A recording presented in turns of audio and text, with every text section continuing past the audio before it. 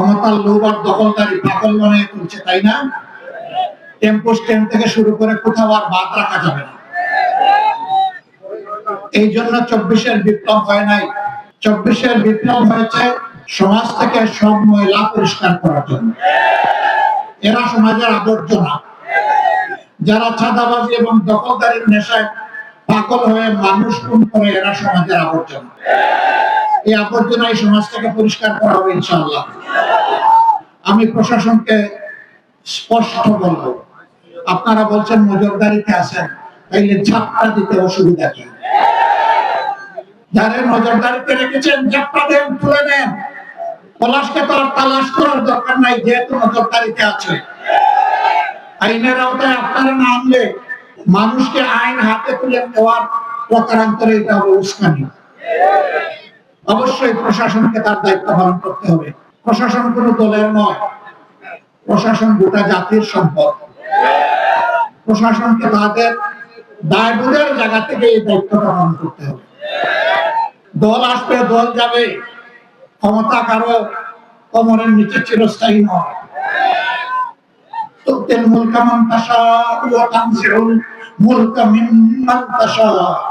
আল্লাহ যাকে পছন্দ করেন ক্ষমতায় বসান, আর যখন আসার মেরে টুকরা টুকরা করতে চান তখন উঠায় না। এর আগে একজন মানুষকে জ্বালাতন করেছে, খুন করেছে, গুম করেছে, ভঙ্গ করেছে, মামলা দিয়েছে, জেলকে বাসস্থান বানিয়েছে, বহু মায়ের বুক খালি করেছে, অবশ শিশুদেরকে এতিম বানিয়েছে, যুবতী ভানদেরকে বিধবা বানিয়েছে, মা বাবার চোখে এখনো পানি ধরছে। ফ্যাসিবাদ একটা রূপ, এটা নির্দিষ্ট কোন দলের সাথে থাকে না, এটা একটা ভাইরাস।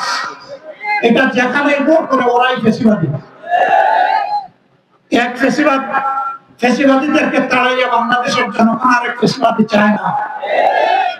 প্রয়োজনে জাতির জন্য আরেকটি অসমাপ্ত অনিবার্য বিপ্লবের একজন কর্মী হিসাবে আল্লাহ যদি আমাকে কবুল করেন, আমি আমার আল্লাহর দরবারে 1000 বার শুকরিয়া আদায় করে রক্তের চাদর পরে আল্লাহর দরবারে হাজির হব।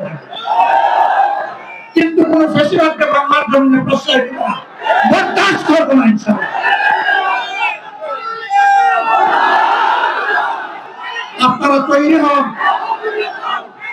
যেভাবে 24 সালে ভাই বোনেরা সবাই রাস্তায় নেমে এসেছিলেন, মা 10 মাসের শিশু সন্তান নিয়ে রাস্তায় নেমে এসেছিলেন, হয়তো আবার আমাদেরকে রাস্তায় নেমে জাতির জন্য প্রয়োজনে একবার নয়, 100বার নাম বলছি।